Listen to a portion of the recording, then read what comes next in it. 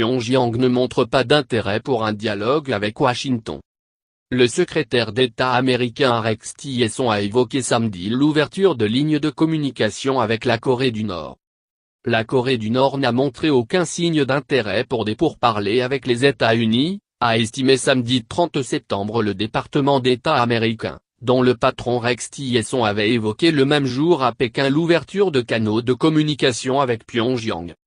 Les officiels nord-coréens n'ont montré aucun signe d'intérêt pour des pourparlers sur la dénucléarisation, a déclaré la porte-parole de la diplomatie américaine Lee Noer dans un communiqué, tout en rappelant l'existence de plusieurs canaux pour communiquer avec des officiels au sein du régime nord-coréen, dont avait déjà parlé un peu plus tôt dans la capitale chinoise le secrétaire d'État. Rex Tillerson avait à cet égard déclaré que les États-Unis étaient en train de sonder la volonté du régime de Kim Jong-un d'engager des discussions sur son programme nucléaire. Nous posons des questions. Nous avons des lignes de communication avec Pyongyang, nous ne sommes pas dans le noir complet, nous avons 2 ou 3 canaux de communication ouverts avec Pyongyang, avait-il assuré devant des journalistes à Pékin, à la suite d'une rencontre avec le président chinois Xi Jinping.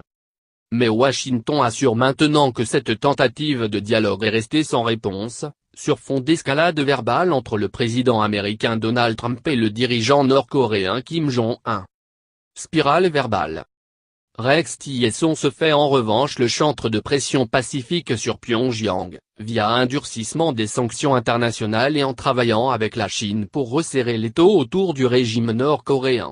Peu avant les propos du chef de la diplomatie américaine, une organisation étatique nord-coréenne chargée de la propagande extérieure avait lancé samedi de nouvelles insultes à l'adresse de Donald Trump, le qualifiant de vieux psychopathe en mission suicide pour provoquer un désastre nucléaire qui réduira l'Amérique en océan de flammes.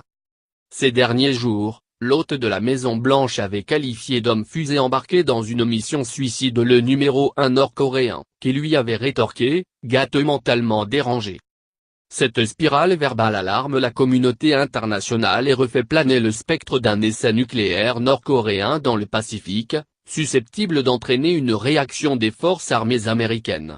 Les États-Unis ont répété à plusieurs reprises ne pas écarter l'option militaire contre la Corée du Nord, le président Donald Trump brandissant même la menace d'une destruction totale de ce pays.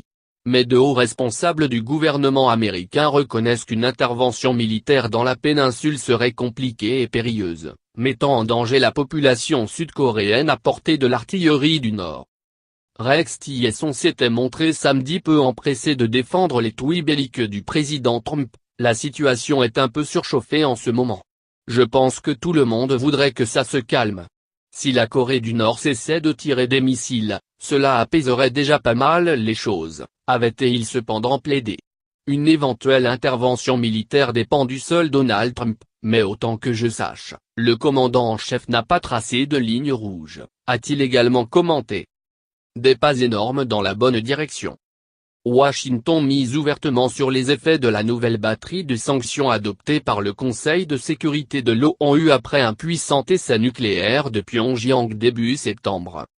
Alors que les États-Unis fustigeaient le manque de fermeté de la Chine, lui reprochant de ne pas faire suffisamment pression sur son turbulent voisin, ils ont applaudi les progrès des autorités chinoises à mesure qu'elles mettaient en musique la résolution onusienne. La Chine a ainsi annoncé jeudi que les entreprises nord-coréennes établies sur son territoire devraient fermer d'ici à janvier. Et le géant asiatique a confirmé qu'il limiterait de manière drastique ses exportations de produits pétroliers raffinés. Des pas énormes dans la bonne direction, s'est félicité le département d'État américain. Si la Chine assure complètement appliquer les sanctions onusiennes, elle s'oppose farouchement à toute intervention militaire dans la péninsule et plaide sans relâche pour une solution pacifique via des pourparlers.